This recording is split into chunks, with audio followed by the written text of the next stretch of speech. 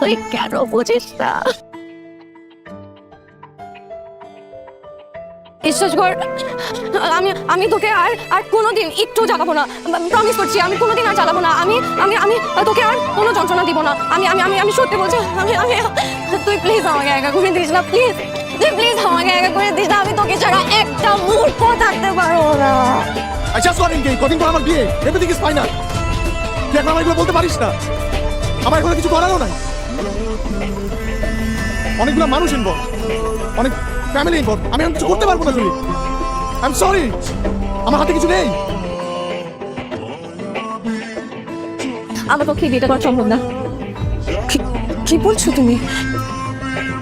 আমি একটা ছেলেকে ভালোবাসি। আমাদের গত 3 বছর ধরে সম্পর্ক। আন্টি বিশ্বাস করেন, আমি ওকে অনেক ভালোবাসি। ও আমাকে অনেক ভালোবাসে। আমরা একে অপরকে ছাড়া বাঁচতে পারবো না আন্টি। হয়তো ভুল মানুষটা আমার জীবন থেকে চলে গেছে, কিন্তু সঠিক মানুষটা এখনো আজ অব্দি আমার জন্য অপেক্ষা করছে। সিনথিয়া কখনোই আমার ভালোবাসার মানুষ ছিল না। শুধুমাত্র বাবার বন্ধুর মেয়ে বলে সবাই ওর সাথে আমার বিয়ে ঠিক করেছিল।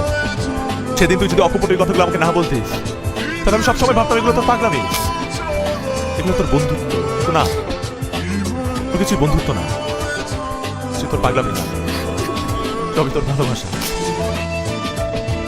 বিশ্বাস কর, আমি তোকে ভীষণ ভালোবাসি, ভীষণ। আমার বুঝতে একটু দেরি হলেও আমি ঠিকই বুঝতে পেরেছি যে আমার জীবনের সঠিক মানুষটা তুই।